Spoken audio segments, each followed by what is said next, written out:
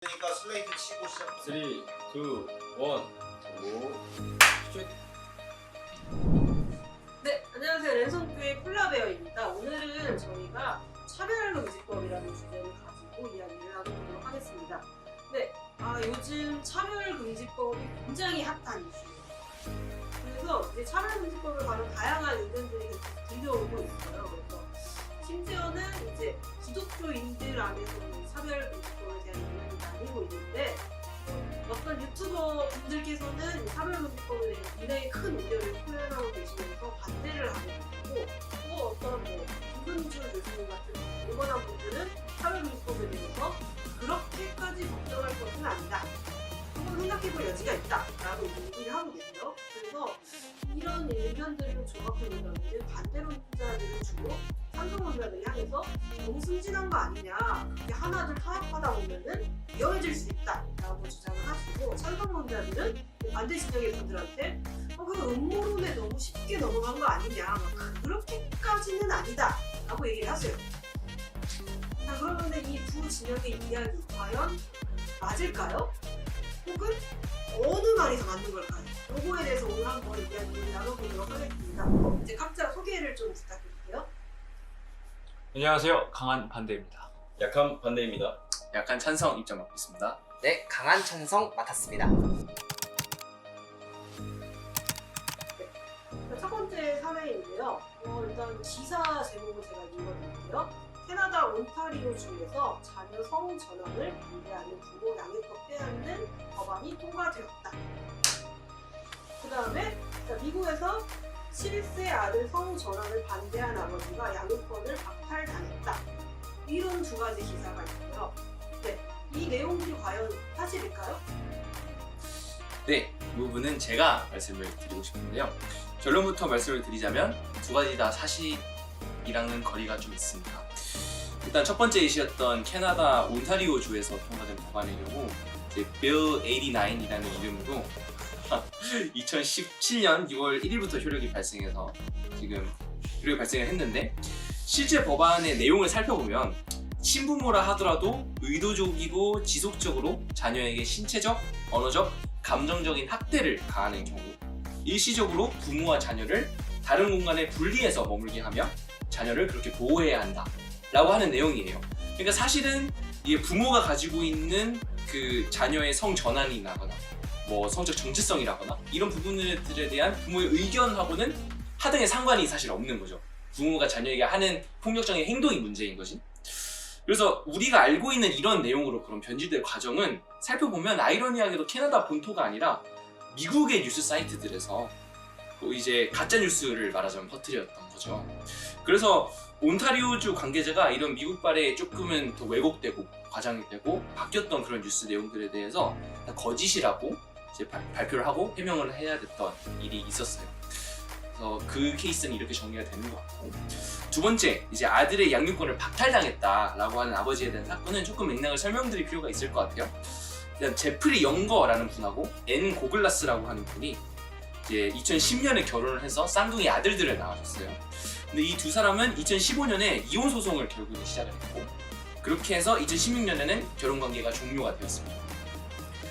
그런데 이 과정 중에서 아들들의 어머니인 앤이 아들 중 한 명이 여성의 정체성, 남자가 아닌 여성의 정체성을 가지고 있으며 그렇게 딸로 대해야 된다고 주장을 했고, 이제 아버지였던 제프리의 경우에는 종교적 신념상 여기에 반대를 할 수밖에 없었던 상황입니다. 그죠? 그래서 법원에 이걸 가지고 갔더니 처음에는 어머니인 앤의 손을 들어줬어요. 그래서 앤한테 단독 양육권을 인정을 해줬죠.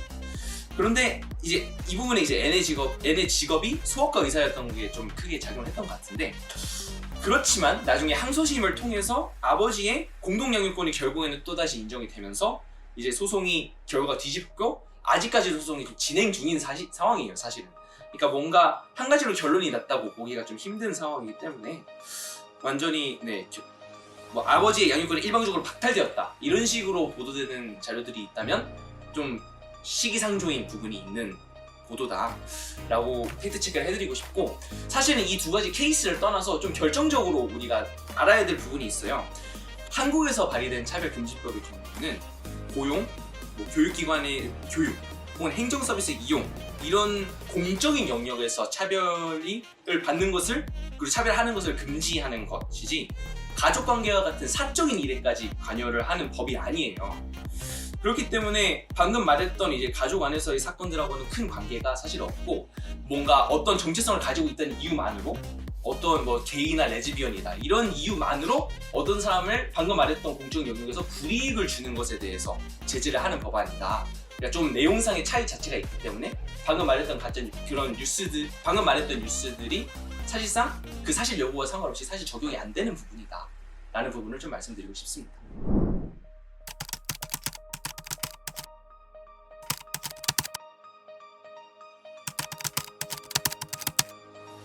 그러면은 이제 다른 사례로 한번 넘어가 볼게요. 사실 이 얘기는 저는 개인적으로 정말 많이 들었어요. 이런 얘기를 정말 많이 들을 거예요 아마. 네. 목회자가 사회금지법이 통과된 후에 목회자가 목회단에서 설교 시간에 동성애는 성경에 위배된다라는 얘기들, 그러니까 종교적인 신념을 가지고 동성애를 반대하는 주장을 하게 되시면은, 혹은 동성 커플이 동성 결혼에 대해서 주례로서 이제 주장을 들었는데 종교적인 이유로 반대를 하게 됐을 때 그건 또한 차별이다. 그렇기 때문에 그 거절하는 자체가 혹은 그런 문제가 죄다라고 주장하는 것이 위법하다라는 말들이 있어요. 이것도 사실인가요? 그 부분은 제가 답변 드릴 수 있을 것 같습니다. 이런 것들은 사실과 다릅니다. 만약 종교와 신앙과 또 그런 사상과 관련 없이 공공장소나 또는 일반 대중들을 향해 동성애 반대에 대한 연설을 할 때에는 그것이 법적 다툼의 여지가 있을 수 있지만, 교회, 성당, 사찰, 그 외에 또 종교 사원과 같은 신앙 공동체 안에서 동성애 반대나 또는 이성애 커플에 대한 지지, 그런 식의 이야기를 한다면 처벌받을 소지가 극히 드물다라고 말씀드릴 수 있을 것 같습니다. 설령 일반 대중들을 향한 연설이라고 할지라도 표현의 자유, 또 종교와 사상의 자유라는 헌법상 중요한 가치와 정면으로 충돌하는 처벌이기 때문에 단순히 칼로 무자르듯 간단하게 너는 처벌이야 이렇게 처벌할 수 있는 게 아니고, 사회적 통념에 따라 고도의 법적, 정치적 결단이 필요한 사안이라는 것을 말씀드리고 싶습니다.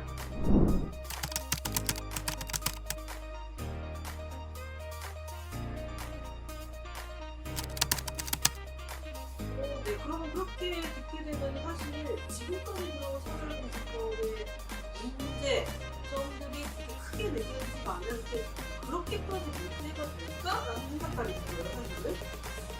그러면은 근데 이제 그런 분들이 차별금지법에 대해서 깊게 이해하고 계신 분들조차도 우려를 표할 때가 있어요.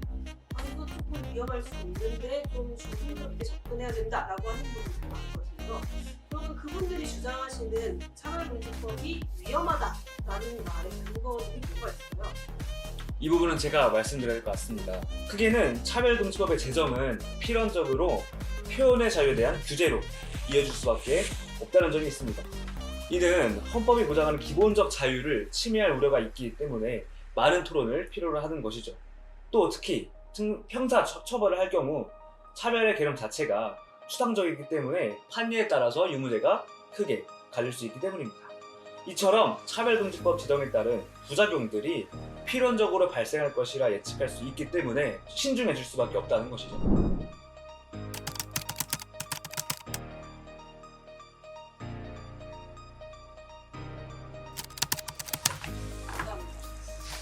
반대 측의 의견을 보면은 찬성 측의 의견이 좀 달라요. 찬성 측에서는 아무리 그 차별금지법이 제정이 된다 하더라도 분명히 불가하기 때문에 헌법을 위배할 수는 없다. 헌법에서 들어가는 그 법을 침해할 수 없다라고 했는데, 반대 측의 의견을 들어보니까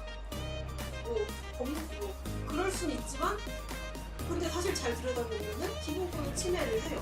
이런 소지가 있다라고 얘기를 하셨어요. 이거는 굉장히 난감할 것 같아요. 저는 스탠스를 정하니까. 네, 찬성 측의 의견을 들었을 때는 법안의 효력인데 긍정적으로 효과적으로 들려요. 근데 반대 측의 의견을 듣고 나면은 주장에 대한 우려가 좀 스몰스가 키워오르는 많이 우려스러워요. 그래서 어느 한쪽이 옳다고 쉽게 판단을 내리기가 쉽지 않은데요. 앞으로 더 많은 토론들을 통해서 또 더 많은 개선을 위한 노력들을 통해서 그